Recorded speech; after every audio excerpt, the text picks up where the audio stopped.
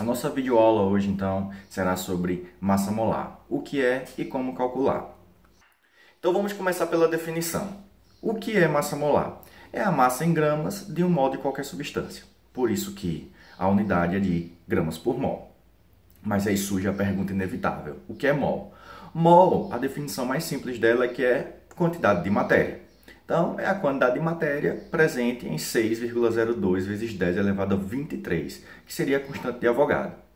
Mas para a gente poder entender melhor, a gente pode fazer uma comparação com algumas unidades que a gente já conhece. Por exemplo, dúzia. Uma dúzia não é 12 unidades de qualquer coisa? Um cento não é 100 unidades de qualquer coisa? Portanto, um mol nada mais é do que 6,02 vezes 10 elevado a 23 unidades de qualquer coisa. Nesse caso, a gente usa para química. Então, veja que é um número monstruosamente grande. Daria 602 sextilhões de unidades.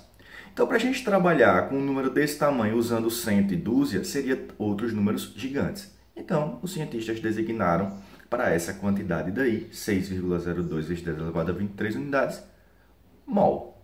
Só isso. Agora que você já sabe o que é massa molar, vamos aprender então como calculá-la. Tá bom? E é muito simples. Só é consultar a tabela periódica, tá bom? Para determinar quais são as massas atômicas dos elementos constituintes daquela substância química. Mas por que as massas atômicas? É muito simples. O nosso corpo, a massa do seu corpo, a massa do meu corpo, ela é determinada pelos somatórios da massa de todos os componentes do nosso corpo, tá certo? Então, braço, perna, cabeça, coração, pulmão, fígado, cérebro, etc. Então, somando tudo isso, daria a massa do nosso corpo, tudo bem? A mesma coisa serve para as moléculas. Se a gente somar a massa de todos os átomos componentes da molécula, então eu tenho a massa da molécula. Então, eu tenho a massa de um mol dessa molécula ou de qualquer substância química. Então, eu trouxe aqui dois exemplos, o oxigênio e a água. Vamos começar pelo oxigênio. O oxigênio, então, o gás oxigênio, é uma molécula que contém 2 átomos de oxigênio. Eu fiz aqui um recorte na tabela periódica e a gente vê aqui que na maioria das tabelas periódicas vem esses dois números.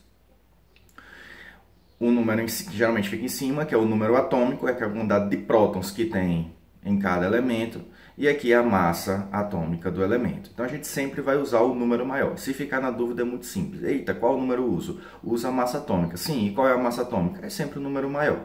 Tudo bem? Então, nesse caso daqui, olha, cada oxigênio tem massa 16. Oxe, não é 15,99? É, mas eu arredondo para 16, que é o suficiente. Como cada molécula de oxigênio tem 2 oxigênios, então eu multiplico essa massa por 2. Logo, teremos, então, 32. Qual unidade? Gramas por mol. Então, podemos dizer que a massa molecular do gás oxigênio é de 32 gramas por mol. Para fazer o da água, é o mesmo raciocínio. No caso da água aqui, eu tenho 2 elementos diferentes. São 2 hidrogênios e um oxigênio. Fiz aqui o recorte da tabela periódica para o hidrogênio e a gente percebe que cada átomo de hidrogênio tem aproximadamente massa 1. Então, o hidrogênio é responsável pela massa 1. O oxigênio, então, é responsável pela massa 16. Veja que eu tenho 2 átomos de hidrogênio, então eu multiplico a massa do hidrogênio por 2.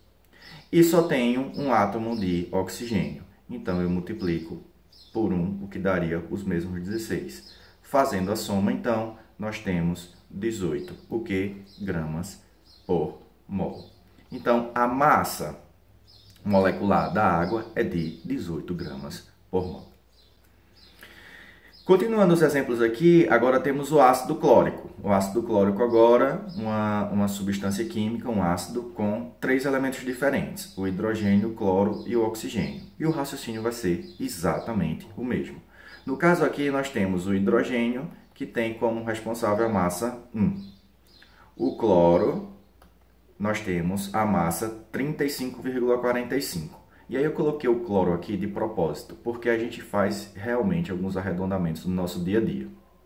De maneira geral, a regra é a seguinte: a gente arredonda para o número inteiro mais próximo da massa atômica do elemento. No caso do hidrogênio aqui, veja que é 1,008. Então, esse 1,008 está mais próximo de 1 do que de 2. Então, a gente arredonda para 1. No caso do oxigênio é 15,999. Então está muito mais próximo de 16 do que de 15. Então a gente arredonda para 16. O caso do cloro que eu coloquei de propósito é que a gente não arredonda nem para 35 nem para 36. A gente arredonda no nosso dia a dia para 35,5. Tá? É a exceção mais importante aí. Então, cada cloro então, é responsável por massa 35,5. Enquanto o oxigênio é responsável por massa 16.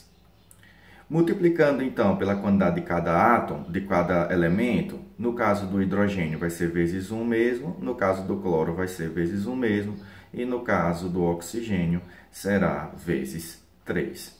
Então, aqui nós temos 1, aqui nós temos 35,5 e aqui nós temos 48.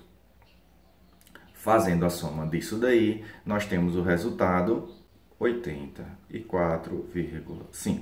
Qual a unidade? Gramas por mol. Então, podemos dizer que a massa molar do ácido clórico é de 84,5 gramas por mol. E aqui o nosso último exemplo, que é o sulfato de alumínio. Por que foi que eu coloquei ele? Porque a gente tem a questão dos parênteses em algumas substâncias. Então, a gente tem que entender como é que isso funciona. Então, veja só. Aqui nós temos o alumínio, que é responsável pela massa, veja, 26,982, então aproximadamente 27. Só que eu tenho 2 alumínios, certo? Então, multiplicamos por 2. Isso aqui, então, vai dar 54. No caso do enxofre, a massa é de 32.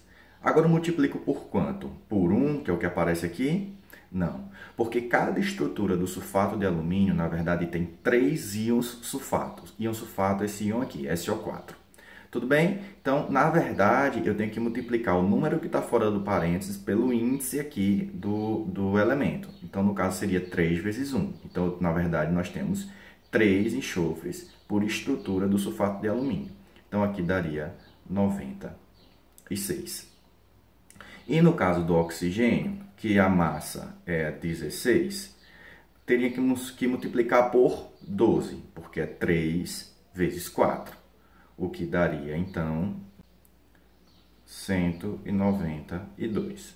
Somando esses valores, temos um total de 342. Qual a unidade? Gramas por mol. Então, perceba que é muito simples fazer o cálculo da massa molar. É simplesmente consultar a tabela periódica, observar a massa atômica de cada elemento e multiplicar a massa atômica de cada elemento pela quantidade de átomos desse elemento na substância química, depois somar tudo e aí você tem a massa molar, a massa de um mol. É isso.